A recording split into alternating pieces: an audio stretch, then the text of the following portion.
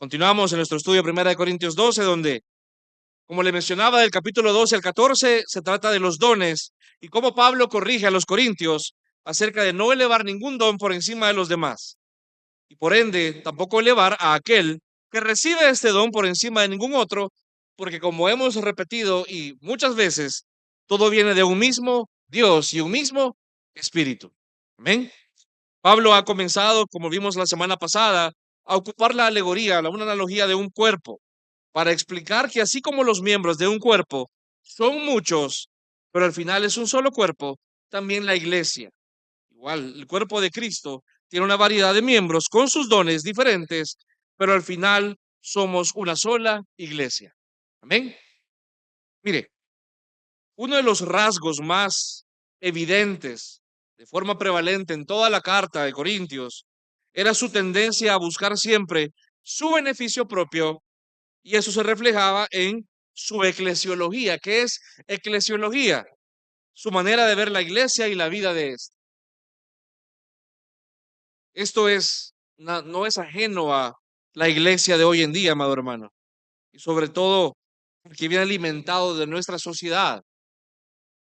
Cada vez más, nuestra sociedad es una en la cual y en una época vivimos ahora donde la búsqueda del bienestar propio, la búsqueda del estar bien, sin importar el de los demás, se ha convertido incluso en un ídolo en cuyo altar muchos presentan ofrendas diariamente, aún y si se llaman cristianos. De hecho, ¿sabe? Esta búsqueda de estar bien, esta búsqueda del bienestar, de garantizar el bienestar, de asegurarnos que no nos pase nada, de asegurar que solamente nos vengan cosas buenas, y lo irónico, alimentado por el poco o nulo control que realmente tenemos sobre esto, eso es lo que está detrás de la epidemia que hay hoy en día de ansiedad y depresión, que afecta a nuestras congregaciones. Es el deseo y el culto que le damos al estar bien y querer asegurar nuestras vidas, las condiciones de nuestro futuro, cuando no tenemos nada de control.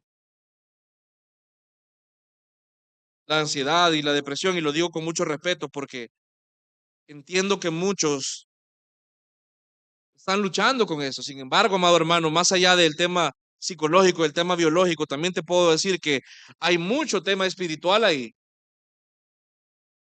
Tiene que ver también con el hecho de sacar a Dios de la ecuación de tu vida,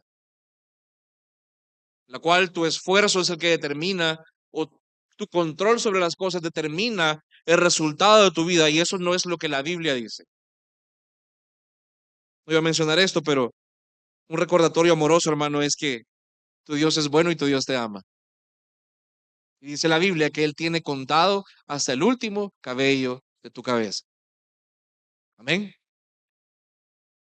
Mire, esta búsqueda del bienestar propio podemos llamar como el individualismo, el egocentrismo que se da en la iglesia. Y este individualismo, este egocentrismo que podemos ver en la iglesia de Corinto y que también se ve en la iglesia de hoy, de hecho, si ocupamos la analogía del cuerpo, es un cáncer.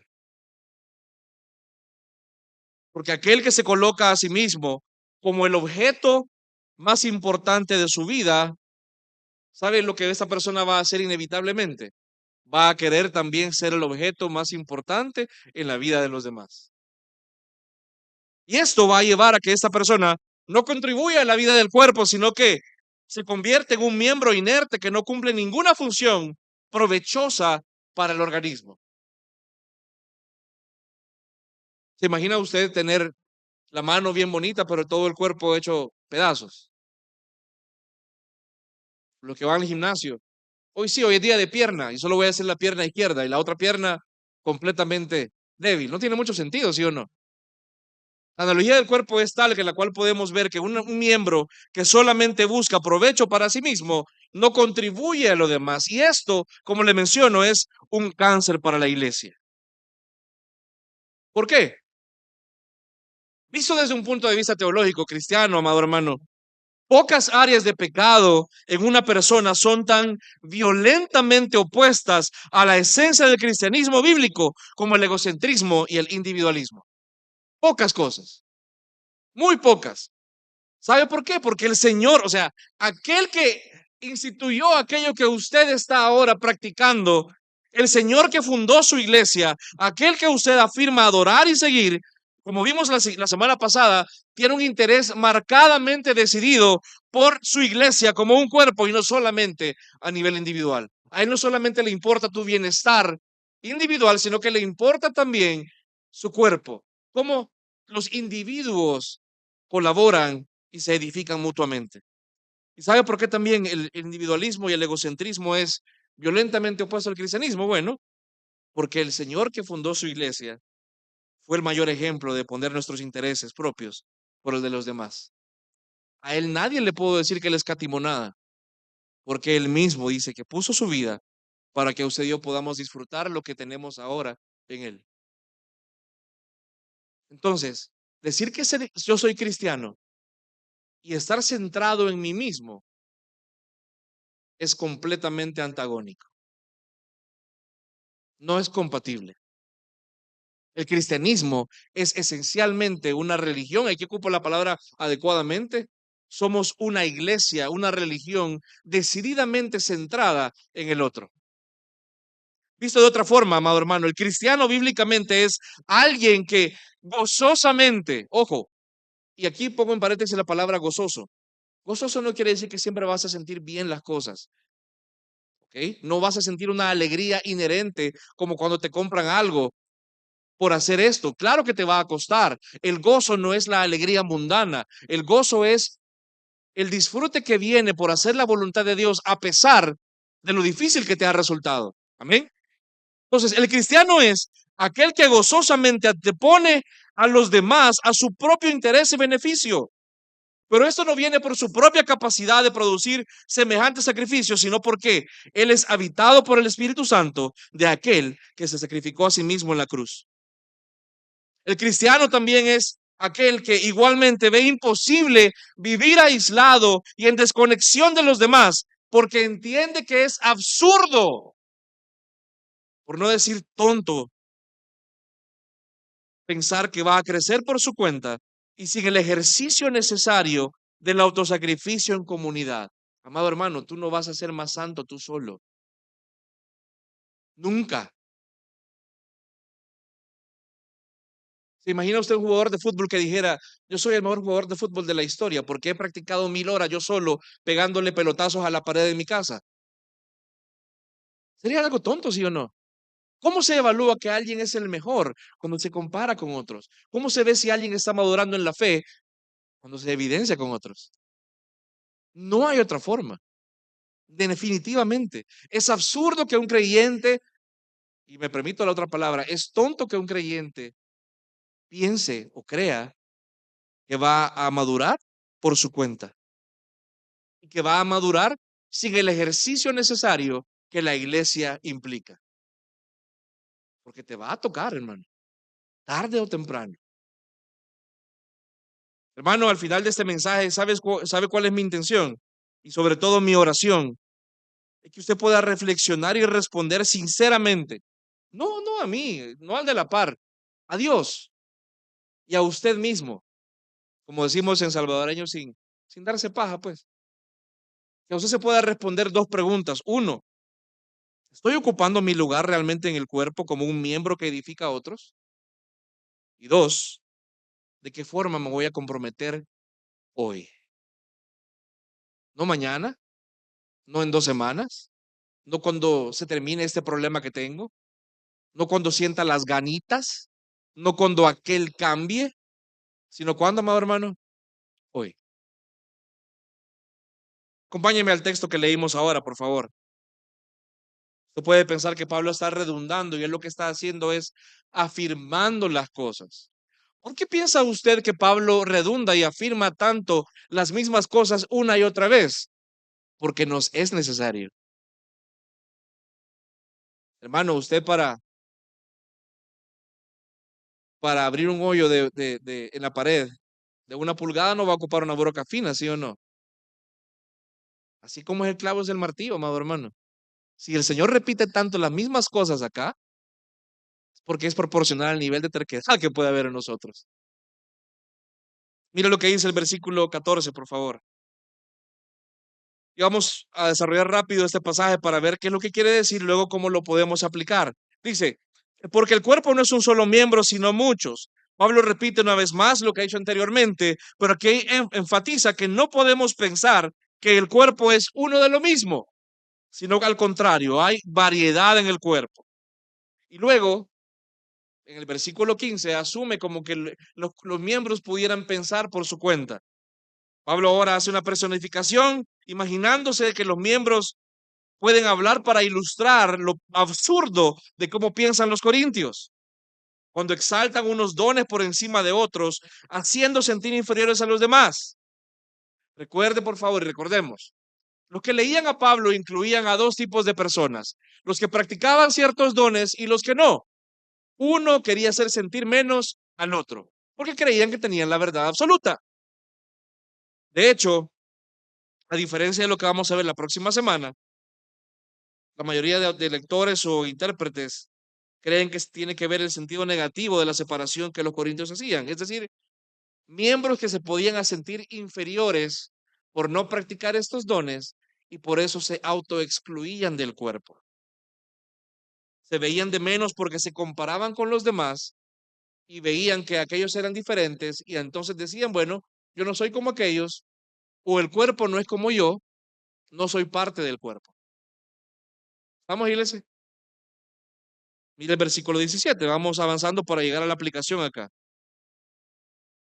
Si todo el cuerpo fuera ojo, ¿qué sería del oído? Si todo fuera oído, ¿qué sería del olfato? Mire, si el cuerpo fuera solo un órgano, amado hermano, eso sería una imagen grotesca. ¿Se acuerda usted de la familia Adams? ¿Vio esas películas alguna vez? ¿Se acuerda de la manita que caminaba sola? Ahí se lo ponen como comedia, hermano. Pero, ¿qué pensaría usted si de repente viene acá y todos somos piecitos saltarines, solamente, o un pie? Sería grotesco, ¿sí o no? Sería raro. Sería ilógico, sería no funcional. Aquí Pablo está diciendo básicamente, sería una abominación pensar que todo el cuerpo fuera un tipo de órgano o un solo órgano. Por eso hay variedad. Las preguntas que ocupa Pablo aquí son retóricas, obviamente. Son usadas una vez más para ilustrar lo absurdo que es para un miembro verse inferior por no ser como el otro, ya que todos dependen uno del otro en las funciones que Dios ha asignado. Lo que te dice aquí básicamente en idioma un poquito más sencillo es, si el cuerpo fuera solamente un ojo que anduviera rodando, no podría oír. Si el cuerpo fuera una oreja brincando, no podría oler, por ejemplo. Cuando estaba más joven yo era bien orejón y me decían, vos solo sos orejas, pero tenía ojos todavía, hermano. Sí, claro, captaba tal vez señales de otro país o algo así, pero broma. Lo que dice aquí Pablo es grotesco pensar que solamente un órgano va a funcionar por su cuenta. Es ilógico y absurdo pensar que un solo tipo de persona es lo que el cuerpo necesita. Hay variedad de órganos, por tanto hay variedad también en el cuerpo de Cristo de dones y hay variedad de hermanos también. ¿Qué pasa acá o por qué Pablo ocupa esto? Y entremos a la idea central de estos versículos. Mire, los corintios eran personas que no pensaban que podía haber diversidad, sino que ellos creían que todos debían ser como ellos. Llevaba incluso a que otros se sintieran excluidos. Mira, yo me acuerdo en la iglesia en la que yo nací hace años, hace unos 25 años más o menos. Era una iglesia que venía, la mayoría de pastores venían de Miami y venían hablando como caribeño. No voy a hacer la imitación porque me sale mal, pero todos querían ser como ellos. Y usted llegaba a esa iglesia y la gente hablaba como que eran de Miami, hermano.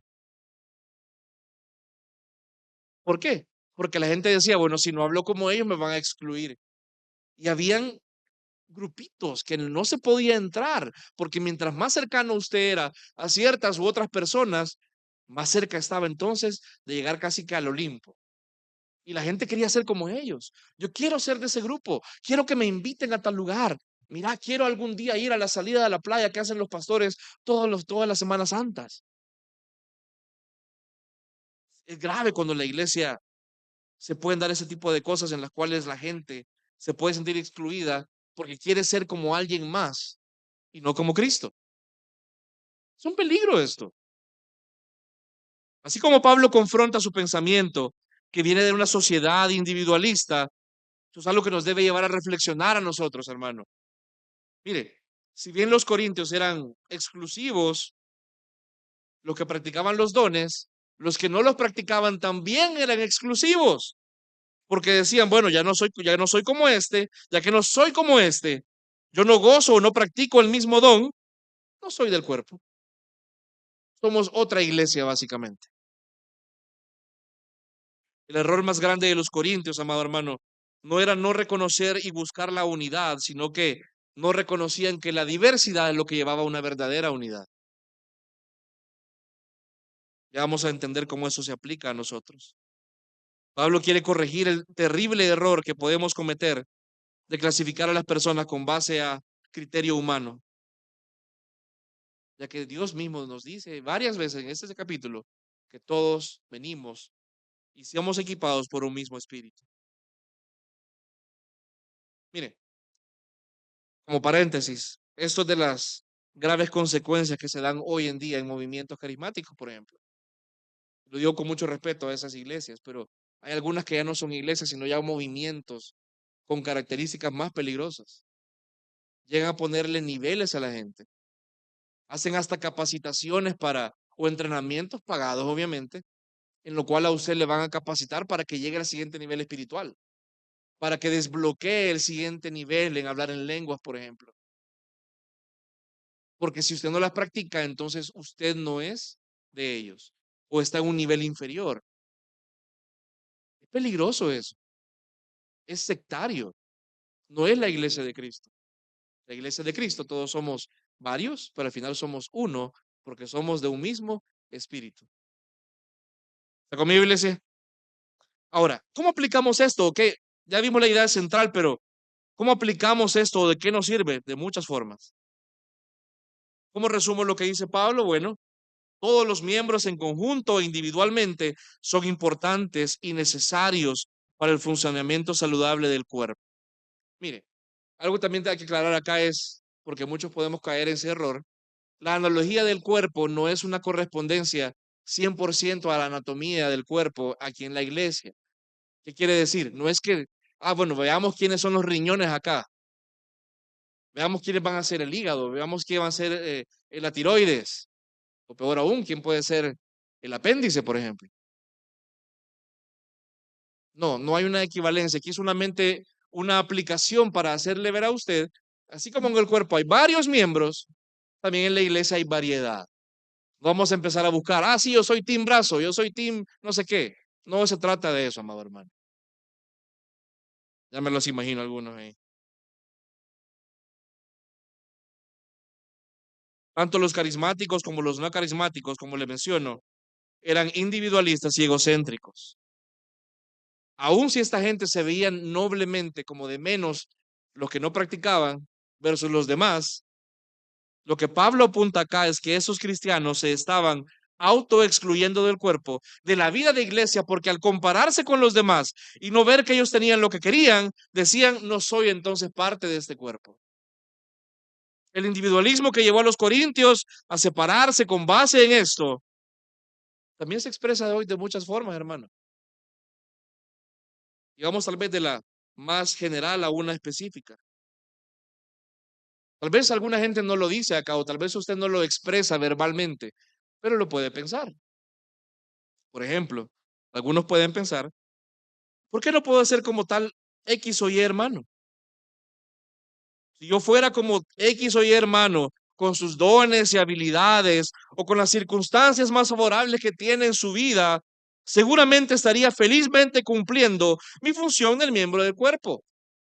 Pero como tengo una vida más difícil y no soy como aquel, no puedo, fíjate. Si yo fuera como aquel,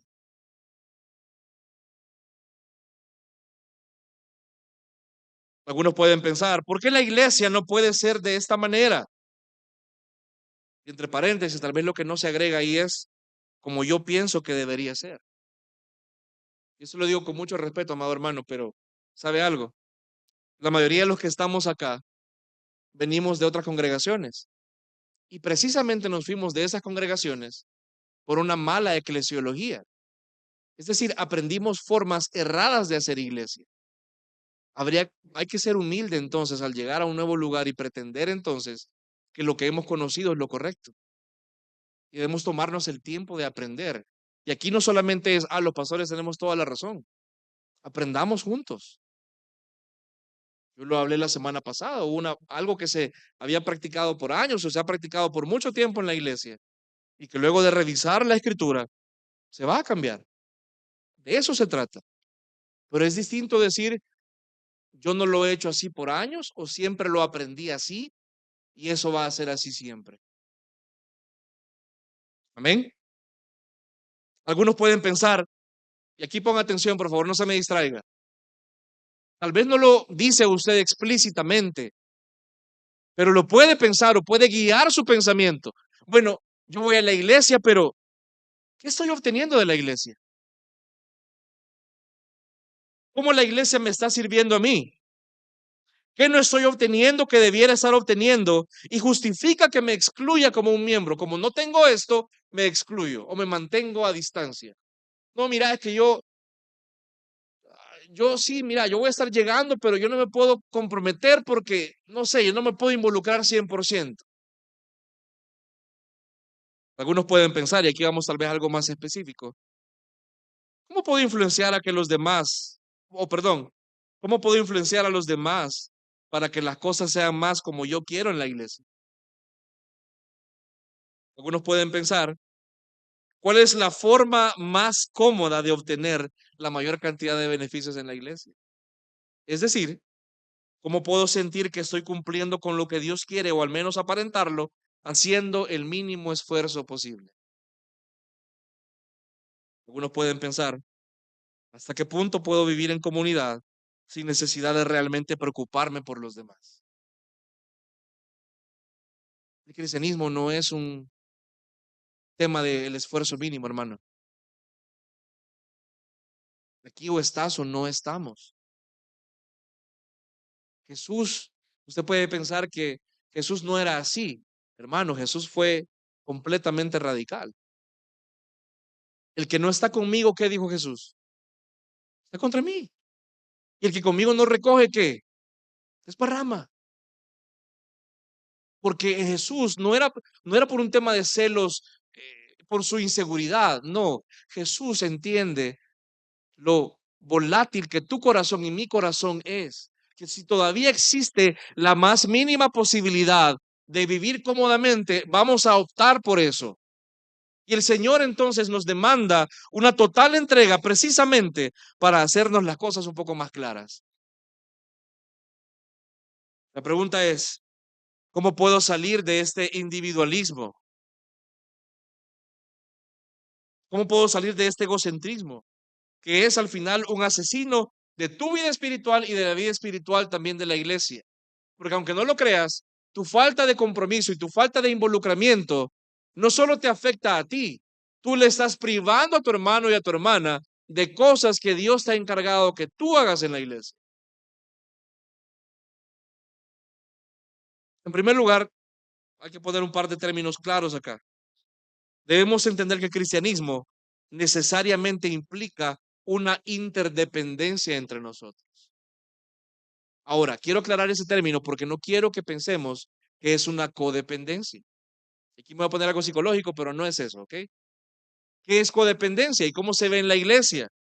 Codependencia es cuando usted y yo centramos nuestra esperanza y bienestar en lo que los demás hagan conmigo, lo que piensen de mí o lo que reciba de ellos. Si no recibo nada, no estoy bien.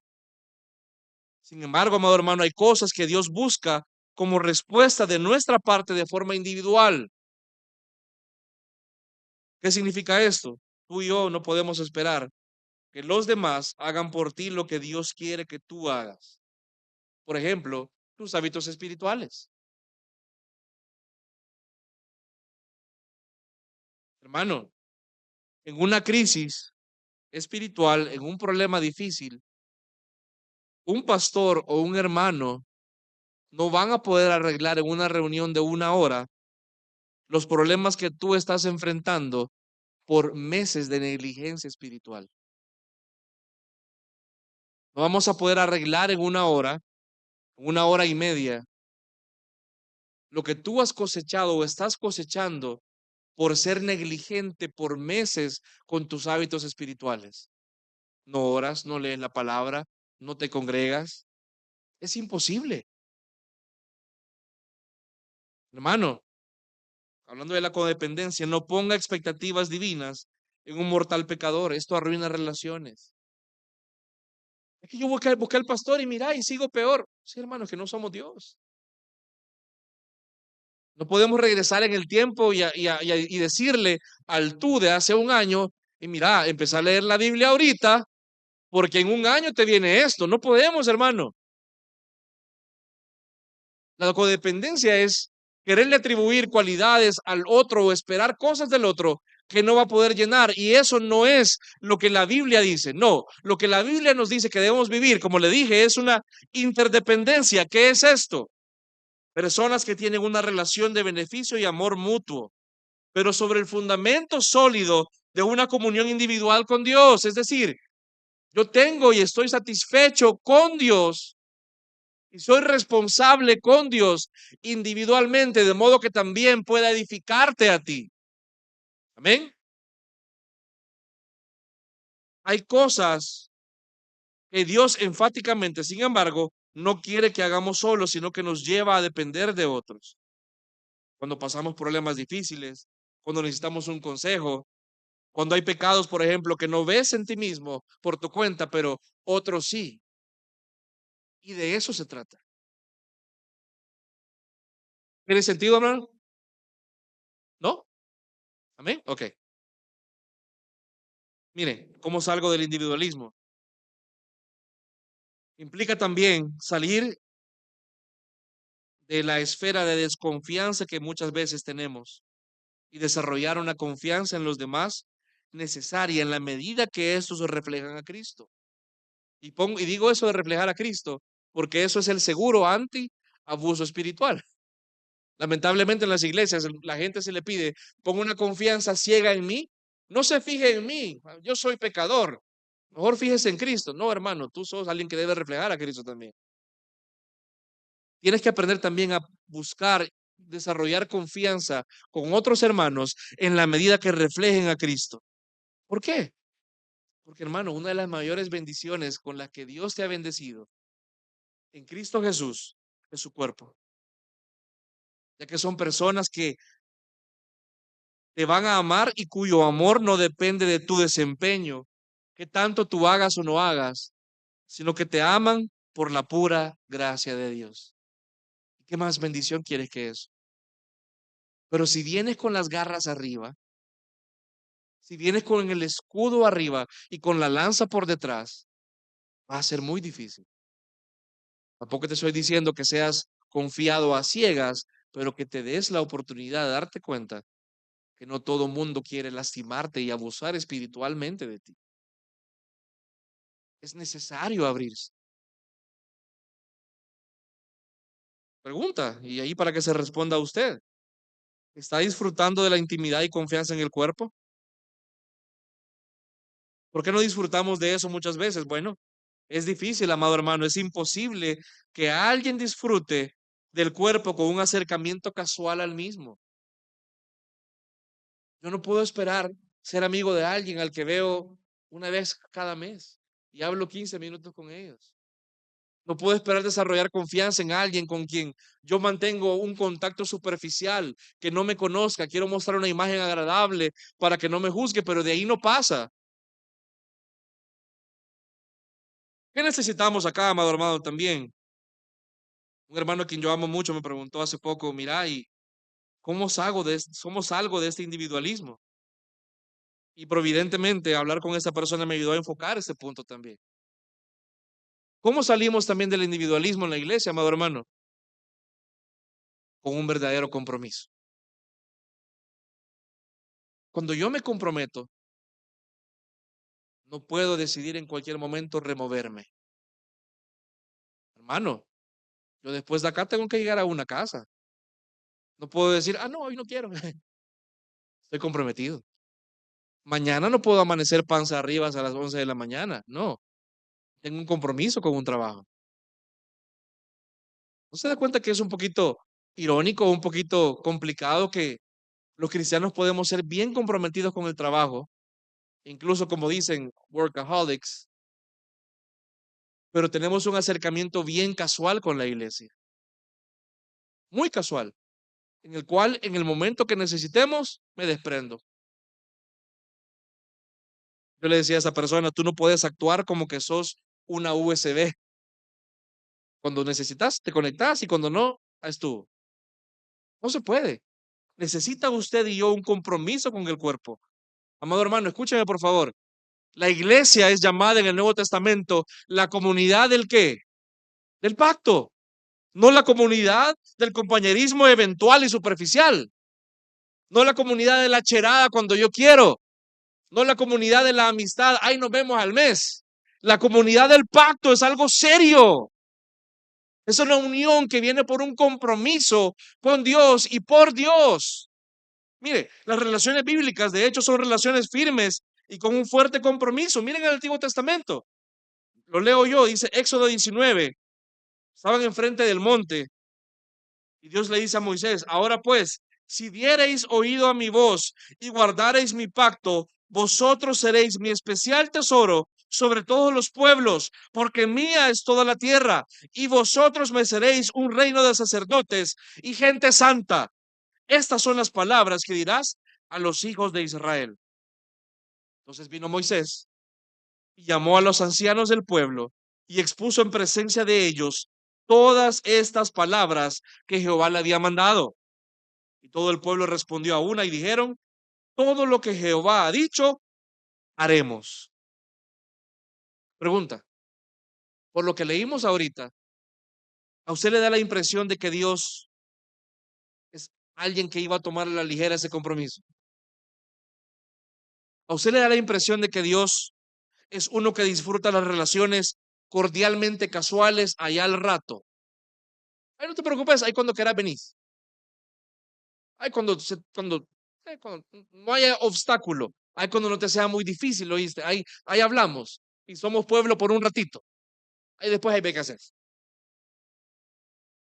O por el contrario, le da la impresión de que Dios toma en serio su relación con su pueblo y la relación que tienen entre ellos.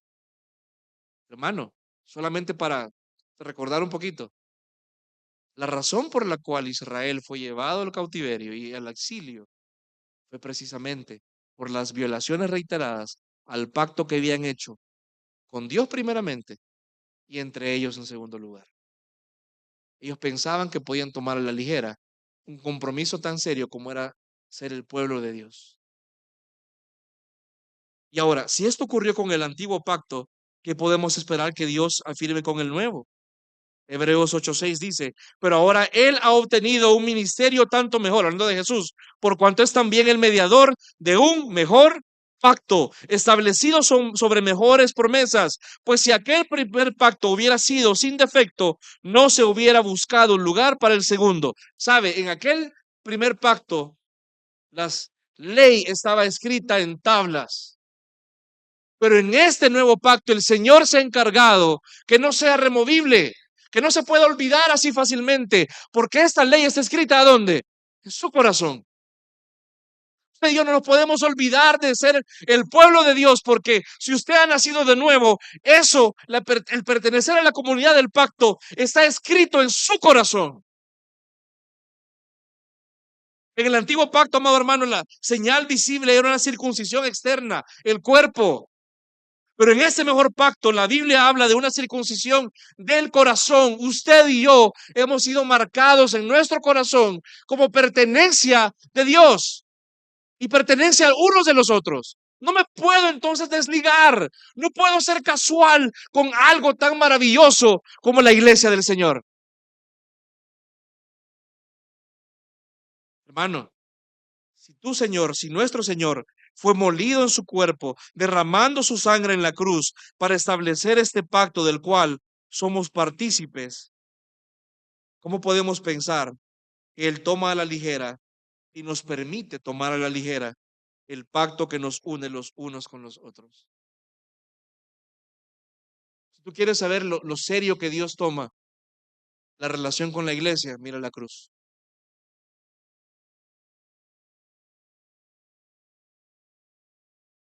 ¿Tiene sentido esto, iglesia? El compromiso se expresa necesariamente en responsabilidad. No hay compromiso sin responsabilidad. Si usted es irresponsable en su trabajo, lo que le van a decir es, bueno, mira, hemos decidido rescindir el contrato que nos une. Este contrato con la iglesia no se va a rescindir nunca porque tú siempre vas a estar unido por su sangre que es eterna con este cuerpo. El punto es si disfrutas sus beneficios o eres un completo irresponsable con lo que tú tienes que hacer. Y no me refiero solamente al servicio, hermano. Eso es simplemente la punta del iceberg. Me refiero al compromiso que tú debes tener con ser un miembro que edifique a otros y que participe en esta comunidad.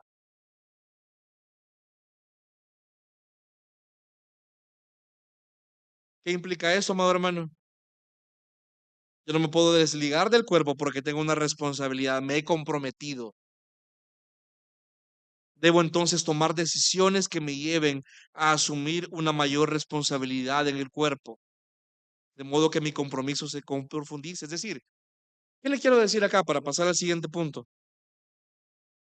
Hermano, no se quede viendo a los lados a ver quién va a hacer lo que Dios quiere que usted haga. Asuma responsabilidad, comprométase, comprométase. ¿Quién va a hacer tal cosa?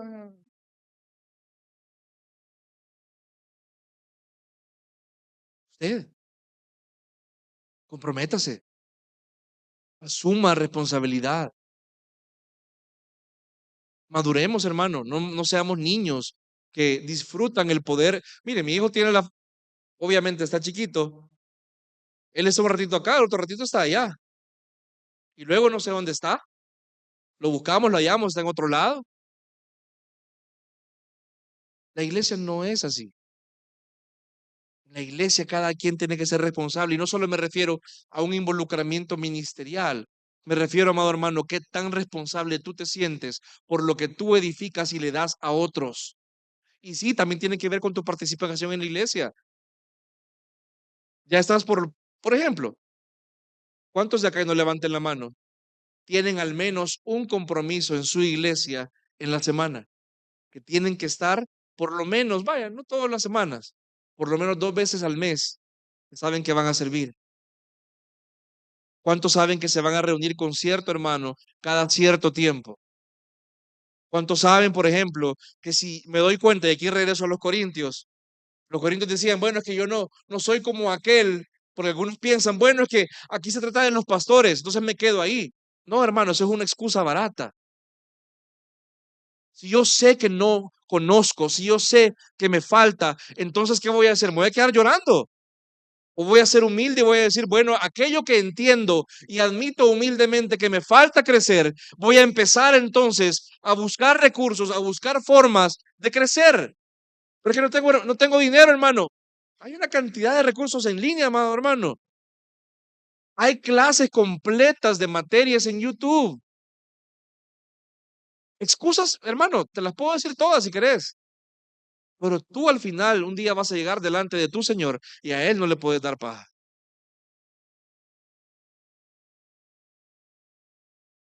Hermano, no nos excusemos poniéndole etiquetas psicológicas a lo que la Biblia llama un problema del corazón. Si tú no te quieres comprometer es porque hay un problema en tu corazón. Y ese problema se llama pecado. Y ese problema se llama egoísmo. Ese problema se llama egocentrismo.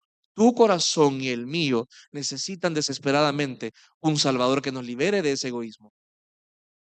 Y aquí entra el Evangelio. No vas a arreglar tu falta de compromiso haciendo un esfuerzo extrahumano. Eso te va a durar un par de semanas. Tú necesitas exponerte a la gracia transformadora de Cristo. Si el Evangelio te ha podido y te puede sacar de cualquier hábito pecaminoso, te puedo asegurar que te puede sacar del egocentrismo. Lo he leído ya varias veces, pero te lo recuerdo, amado hermano. Pablo ora por los efesios y les dice: mi oración es que los ojos de vuestro corazón sean iluminados para que sepáis cuál es la esperanza de su llamamiento, cuáles son las riquezas de la gloria de su herencia en los santos y cuál es la extraordinaria grandeza de su poder para con nosotros los que creemos, conforme a la eficacia, fuerza de su poder, el cual obró en Cristo cuando le resucitó de entre los muertos. Nuestro evangelio que te predicamos acá, amado hermano, es uno tan poderoso que si levantó a Jesús de los muertos, te puede sacar también del egoísmo con el que abordas la iglesia. Ahora el punto es, si vas a reconocer tu realidad y la necesidad en tu corazón de que Él transforme, no que lo cambie y lo mejore, sino que Él reemplace ese corazón de piedra por uno de carne. Hermano, tú puedes llevar años en la iglesia, puedes haber leído la cantidad de libros que quieras, puedes haber servido en los ministerios que quieras, pero debes entender que si hasta la fecha tú no muestras un amor sacrificial y una muerte constante al egoísmo y al egocentrismo, es probable que tu corazón aún no haya sido transformado. Es probable que aún no hayas nacido de nuevo. La buena noticia es que el Evangelio es precisamente para gente así, para gente como tú y como yo, con un problema profundo de pecado en su corazón, que piensan solamente en sí mismos. Y al ver a la cruz, a aquel que murió, despojándose de todo por amor a otros, podemos también vivir así para otros también. Amén. Terminamos con los versículos 18 al 20. Acompáñame, por favor.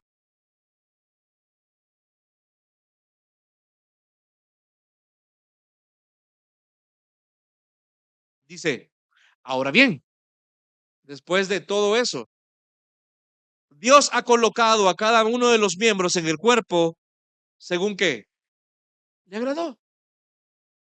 Usted puede decir, o sea, Dios es un Dios hedonista, Él busca su propio placer, o sí, en efecto, hermano, una pequeña cápsula teológica acá.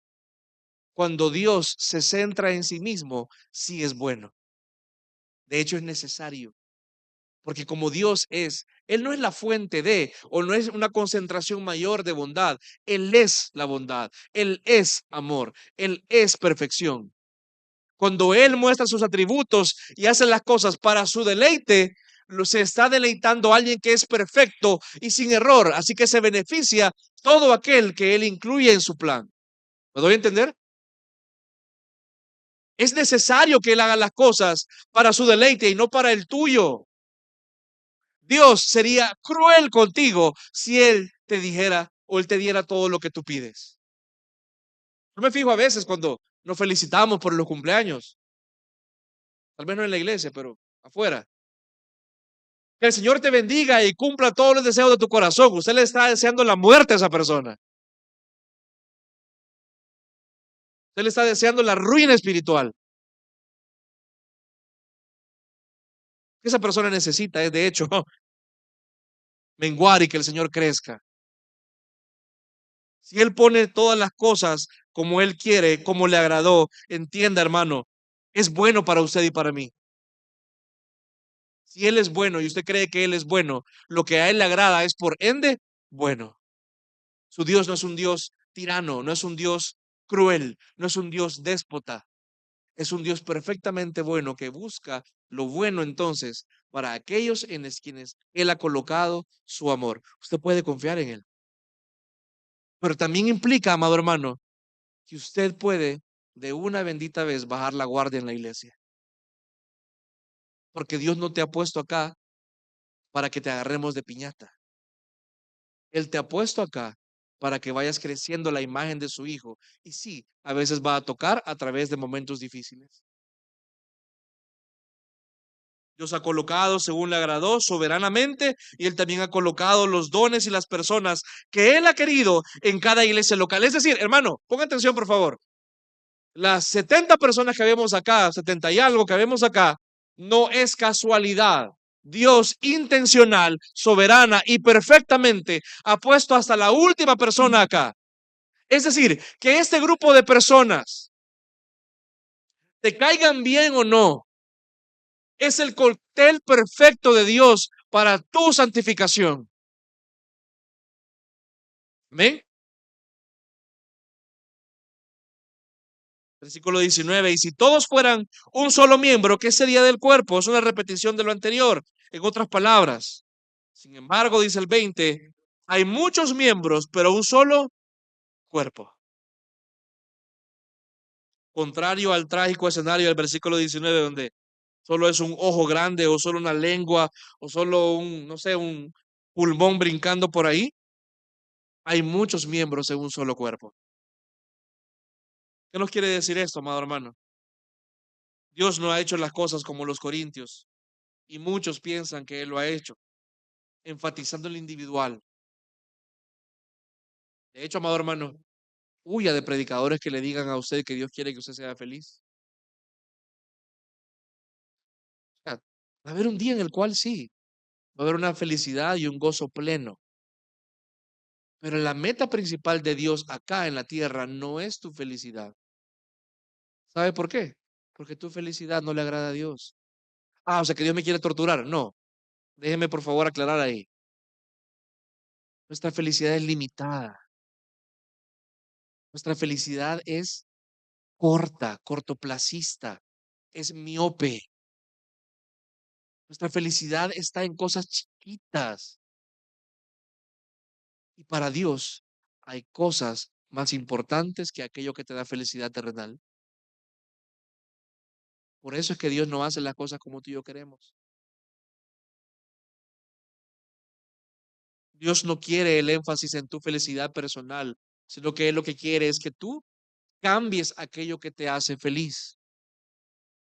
Mire, cuando yo estaba chiquito, obviamente, para mi felicidad era que me compraran un churro, por ejemplo.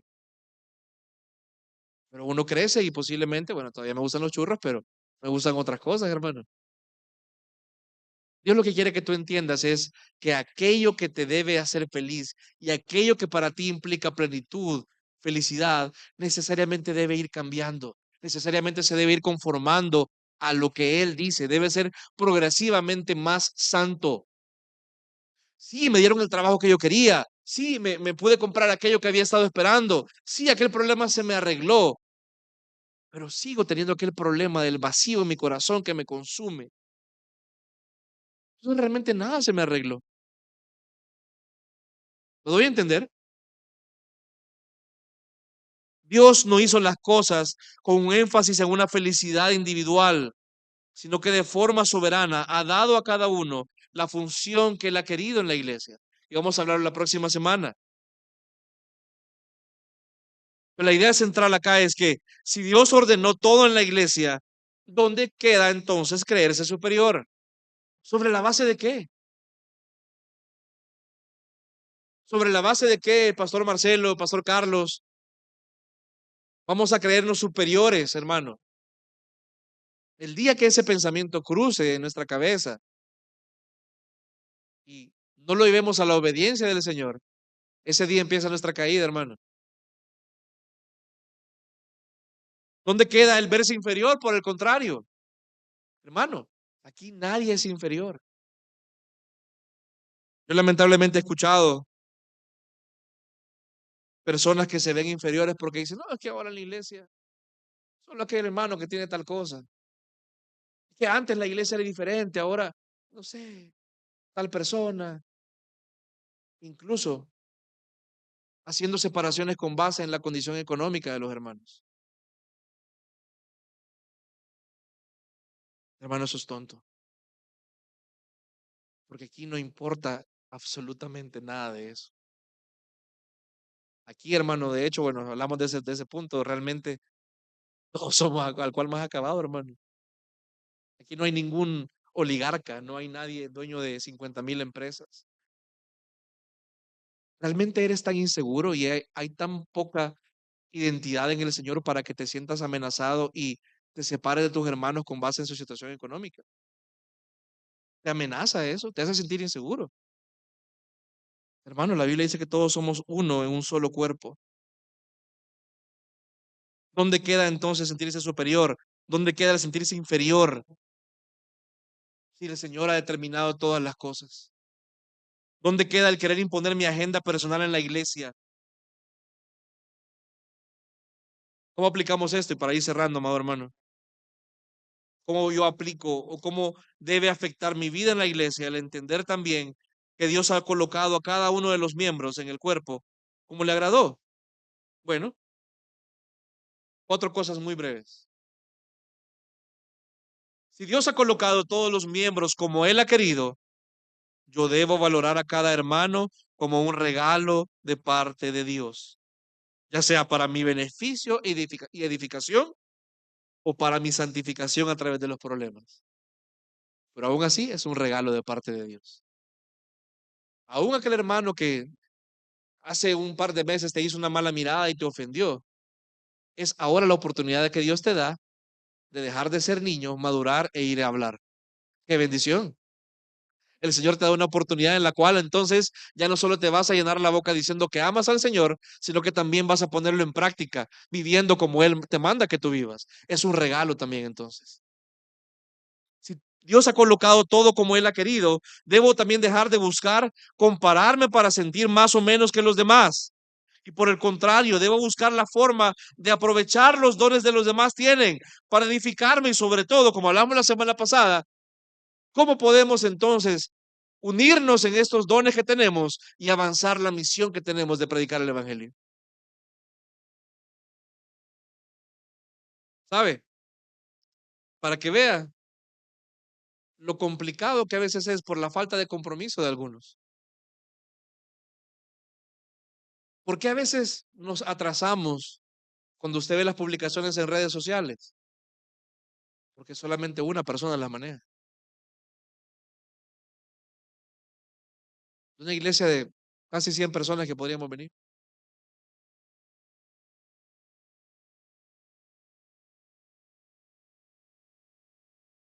Y algunos incluso pueden pensar, ¿y por qué publican, hermano? Porque es una forma en la cual podemos hacer evangelismo. Hay gente que no ha venido aquí a la iglesia, de hecho, por lo que ha visto en redes sociales. Y solo una persona lo maneja. ¿Quién puede ayudar ahí? Hermano, acá. ¿Quién va? Hablemos de responsabilidad. ¿Quién va a ayudar? No empieza a ver a los lados. Allá atrás es el hermano, bueno, no ha venido el hermano Ed ahora por trabajo. Pero ¿quién va a asumir esa responsabilidad? ¿Quién va a apoyar al hermano René, por ejemplo?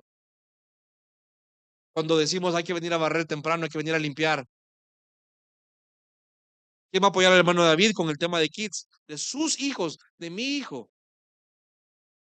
¿Quién va a apoyar a las hermanas de cafetería? Y si usted se involucra en esto, sea responsable. No porque es un trabajo, sino porque usted desde ese punto puede también estar edificando a otros. Yo no le puedo hacer la teología del sándwich de huevo, hermano, no, pero sí le puedo decir que usted puede servir a hermanos y edificarles con una buena atención o una sonrisa. No me pida la doctrina del huevo, hermano, pero sí le puedo decir que el servicio es la forma más innegable de mostrar amor por otros. ¿Qué está haciendo usted?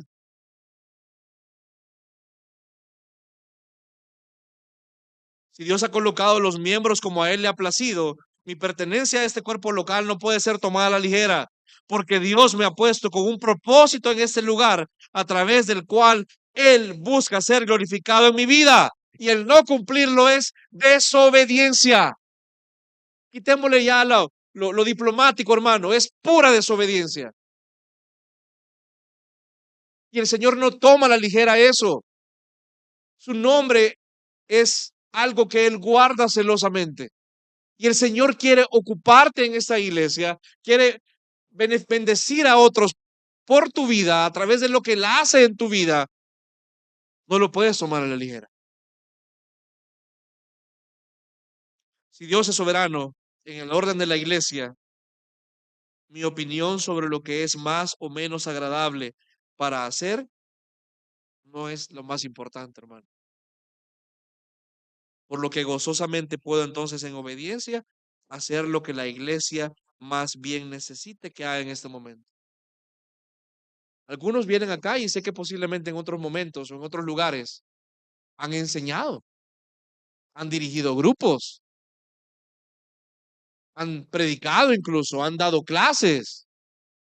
¿Y necesitamos eso? Sí, claro, definitivamente que sí.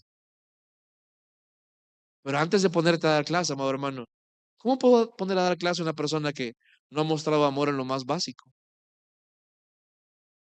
A una persona que es eventual, casual en la iglesia.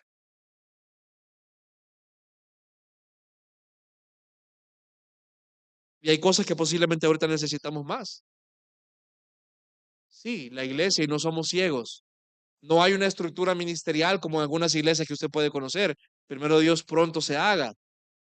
Pero hermano, no caiga usted en el error de pensar de que como no existe el ministerio de bienvenida con logo, camiseta polo y su uniforme y todo, usted y yo no podemos cumplir la función de que si viene alguien nuevo lo saludo.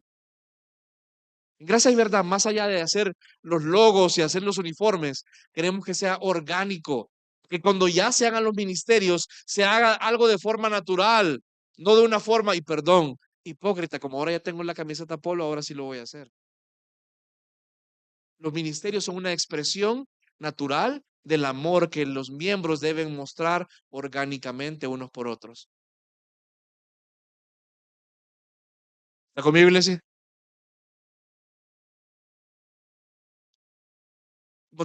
Como dije hace un momento, amado hermano, y algunos pueden decir, puchica, esta prédica de Corintios no nos da un respiro, hermano. Es una carta confrontativa, una carta muy confrontativa, pero necesaria. No va a ser posible para ti en tus fuerzas, sino únicamente a través del Evangelio de la Gracia salir de esto. Recuerda, hermano, la salvación que el Señor te ha dado no es solamente de tus pecados, sino que te libera también en esta tierra del gobierno tiránico de tu ser.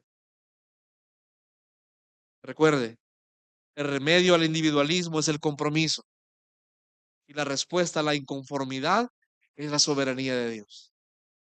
Que el Señor entonces nos ayude a vivir y a actuar como una iglesia. No solamente que hacemos las cosas porque, como le menciono, tenemos el nombre del ministerio, el logo y el uniforme, sino porque entendemos la grandeza del amor que hemos recibido, que lo único natural es entonces valorar la diversidad acá que hay y amarnos a pesar que no somos todos iguales. Y gracias a Dios que no somos todos iguales. Amén. Vamos a orar. Dios te bendiga. Realmente es un privilegio para nosotros que puedas escuchar el mensaje de la palabra de Dios. Esperamos que Dios obra en tu vida grandemente a partir de lo que puedas escuchar y aprender a través de este sermón. Sin embargo, creemos que solo este sermón es insuficiente y no debería de suplantar por ningún motivo tu asistencia a una iglesia local. La iglesia local es el medio por el cual Dios obra en la vida de su pueblo. Te motivamos a que busques una iglesia sana donde congregarte o puedas contactarte con nosotros en nuestras redes sociales para que nos puedas visitar. Será un gusto poder servirte y que podamos juntos adorar a Dios en comunión con sus redimidos mientras aprendemos de su palabra. Que el Señor te bendiga.